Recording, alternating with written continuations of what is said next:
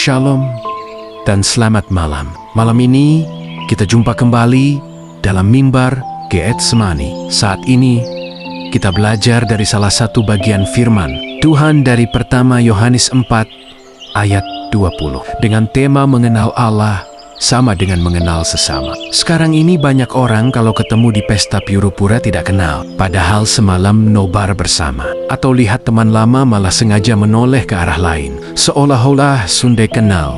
Dan ada yang merasa mengenal seseorang itu jadi sebuah beban. Padahal, bagaimana mungkin kita bilang kita kenal Allah kalau sesama saja kita abaikan? 1 Yohanes 4 ayat 20 berkata, "Jikalau seorang berkata, aku mengasihi Allah, dan ia membenci saudaranya, maka ia adalah pendusta. Karena barang siapa tidak mengasihi saudaranya yang dilihatnya, tidak mungkin mengasihi Allah yang tidak dilihatnya." Ayat ini mengingatkan kita bahwa relasi kita dengan Allah tidak bisa dipisahkan dari relasi kita dengan sesama. Mengenal Allah berarti mengenal kasih-Nya, dan kasih itu harus terlihat nyata dalam sikap kita kepada orang lain. Kalau kita pura-pura tidak kenal, kalau kita pilih-pilih kasih, itu tanda kita belum sungguh mengenal Allah. Saudaraku, mengenal Allah bukan hanya soal doa atau ibadah di gereja, tapi soal bagaimana kita menyapa,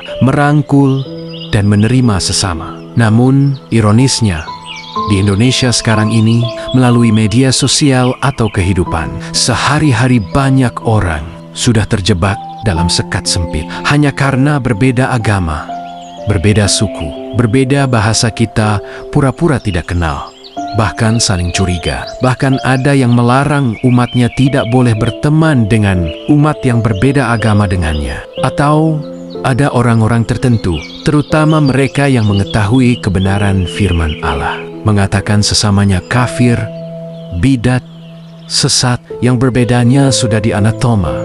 Orang-orang demikian, itu tandanya bahwa ia belum mengasihi Allah. Bagaimana ia dapat mengasihi Allah kalau masih membenci sesama? Dan percuma saja Anda mengaku mengasihi Allah, tapi memusuhi sesama. Percuma saudara pimpin ibadah dan omong kebenaran, dan percuma kita hafal ayat, rajin beribadah, kalau kita masih menutup pintu hati untuk orang yang berbeda dengan kita. Mengaku kenal Allah tapi menolak sesama, itu sama saja dengan jadi pendusta rohani. Dan percuma saja saudara beragama karena masih menolak sesama. Karena itu, mari kita patahkan tembok perbedaan itu. Jangan berhenti di mulut yang bilang,